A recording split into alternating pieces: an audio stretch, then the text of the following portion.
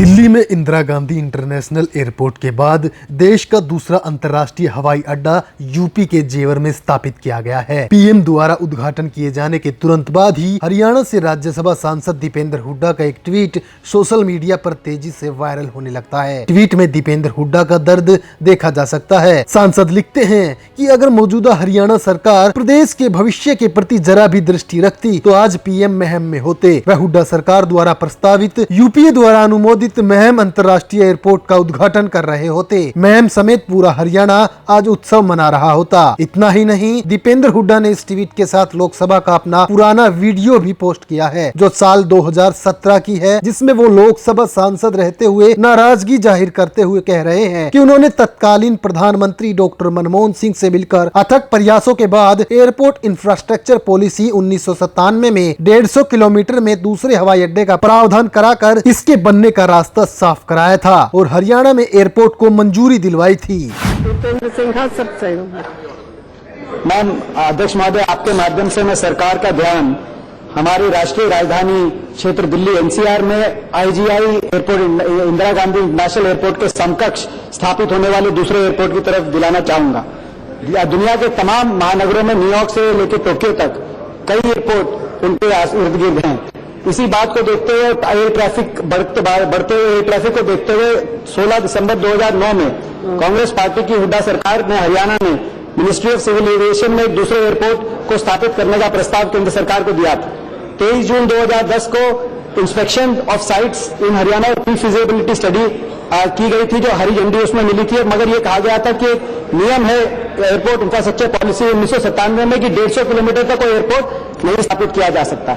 29 अप्रैल 2011 को मैं स्वयं तत्कालीन प्रधानमंत्री डॉक्टर मनमोहन सिंह जी से मिला था और इस नियम की बाध्यता को दूर करने का रास्ता प्रशस्त हुआ था। उसके बाद 15 अक्टूबर 2011 को मिनिस्ट्री ऑफ डिफेंस ने एनओसी दिया था क्योंकि एयरफोर्स की एनओसी इसमें आवश्यक होती है।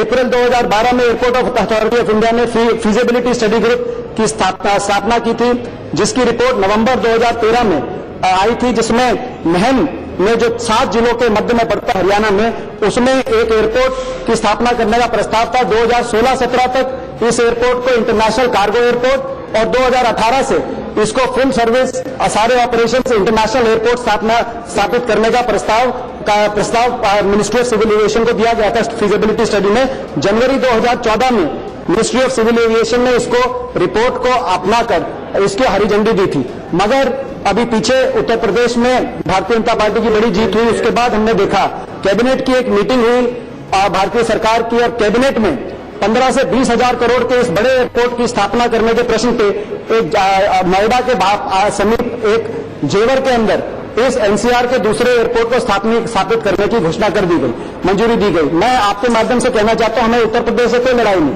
जेवर में भी स्थापित हो, हम उस बारे में कोई लड़ना नहीं चाहते, मगर जब प्रश्न भारतीय जनता पार्टी वाले बात करते हैं एक भारत श्रेष्ठ भारत, मैं पूछना चाहता हूं क्या एक भारत में हरियाणा भी आता है कि नहीं आता?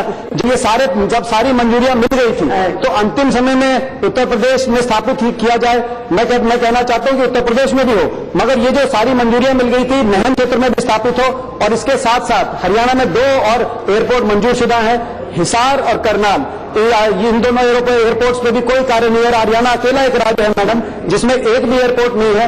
मिनिस्ट्री ऑफ सिविल एविएशन जवाब दे, हरियाणा के अंदर जो एयरपोर्ट मंजूर शुदा है हमारे समय के उन एयरपोर्ट को स्थापित किया जाए और ये जो महम है इस महम में international airport Indira Gandhi airport के समकक्ष जरूर स्थापित किया जाए ताकि लाखों युवाओं को रोजगार मिल सके। और एक भारत की जो बात करते हैं उस एक भारत में हरियाणा भी समझे, हम भी समझे कि एक भारत में हम भी शामिल हैं। इसके अलावा दीपेंद्र हुड्डा ने कहा कि हजारों करोड़ की लागत से मंजूर करवाए महम इंटरनेशनल एयरपोर्ट से हरियाणा के लाखों युवाओं को प्रत्यक्ष व अप्रत्यक्ष रोजगार मिलता, उद्योग पनपते, लेकिन प्रदेश की वर्तमान सरकार ने कोई विरोध नहीं किया। इस बात का उन्हें दुख है। अल्लाह बोल हरियाणा।